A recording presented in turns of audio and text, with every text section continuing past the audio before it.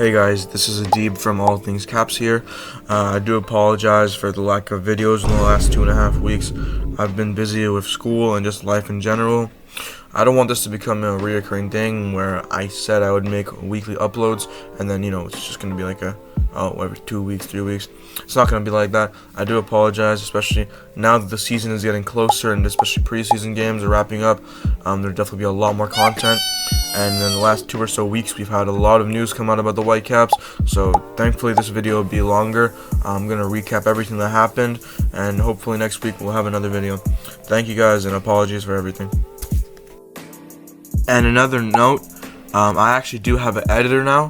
My good friend James, who is also a Whitecaps fan.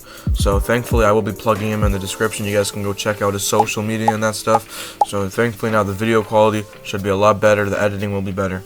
And now let's get to the video. So in the last 2 weeks, 5 Vancouver Whitecaps first team players have left the club. Of course, Fafa, Levante Johnson, Raposo, Schopf, and now the biggest bomb of them all, the most shocking, Stuart Armstrong, the snake, the rat, the Judas, whatever you want to call him.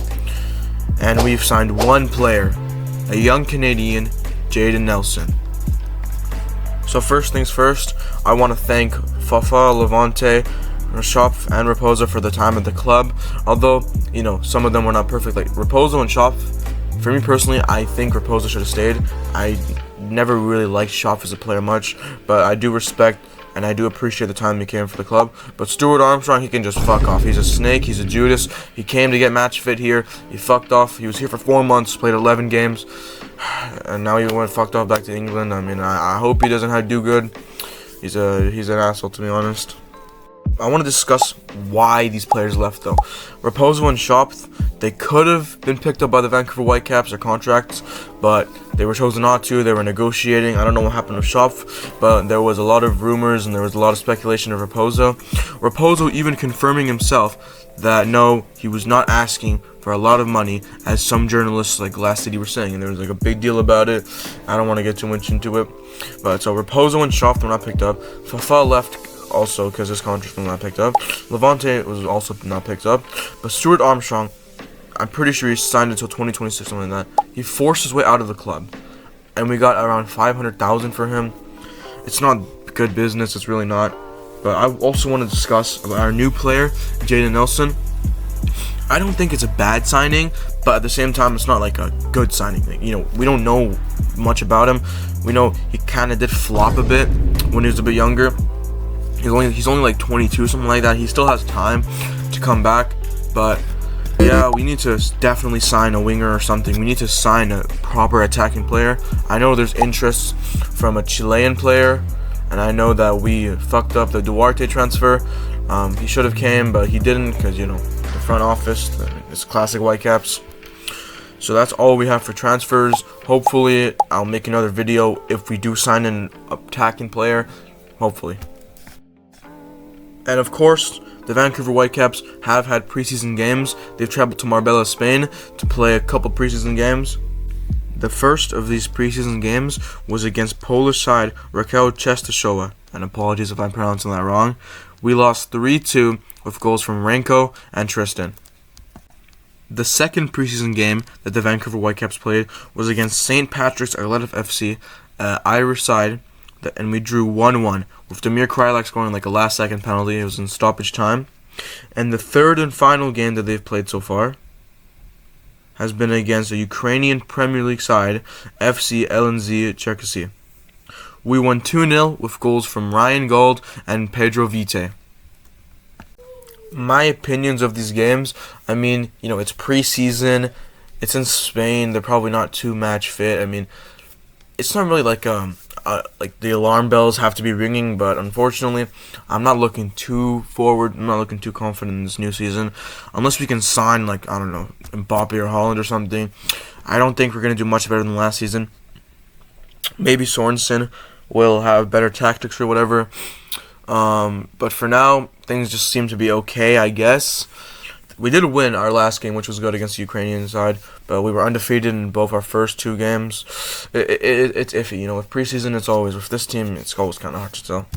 Of course, the Vancouver Whitecaps with the new season, we have to release a new kit. How MLS works, if you don't know, is most teams in the European leagues, right? Whenever the new season rolls around, they release 2 to 3 new kits, home, away, and usually a third kit. The MLS does not do that. You only release one new kit. Like, you either have a primary or secondary kit. Last year, we introduced our new secondary kit, so this year we're introducing our new primary kit. The new primary kit has leaked. It's very similar to the primary jersey from last season, although it's a bit more blue, it's a bit more clean. I very much like it. I do like that the Adidas logo is actually a light blue color. I like the little details in it. It's pretty much very similar, but I do think it's clean, it's sharp, it's nice. I also want to talk about the new kit that they released. It's not really like a kit in the sense where players would usually wear this to a game. I know they wore this new kit, the Black History Month kit, which they unveiled yesterday. The players wore it in the newest preseason match. And this kit, I think, is genuinely one of the best kits in Whitecaps history. I think it's very unique, it's very intricate, and my favorite thing about it is the Vancouver Whitecaps crest. It's green and red when it's usually white and blue for the Whitecaps. I think that those intricate details make it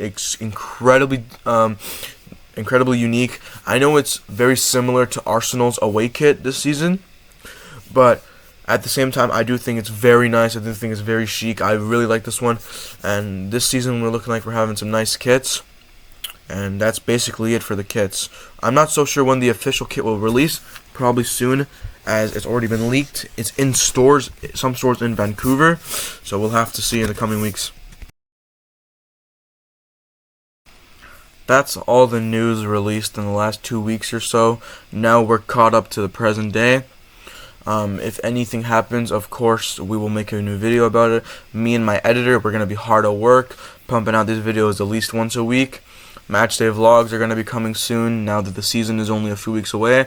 I probably will be going to the Portland match away. There might be some tensions between Canada and the US, so I don't know if that's going to affect it. But I'll try to go to that game. Hopefully get a good matchday vlog out of that.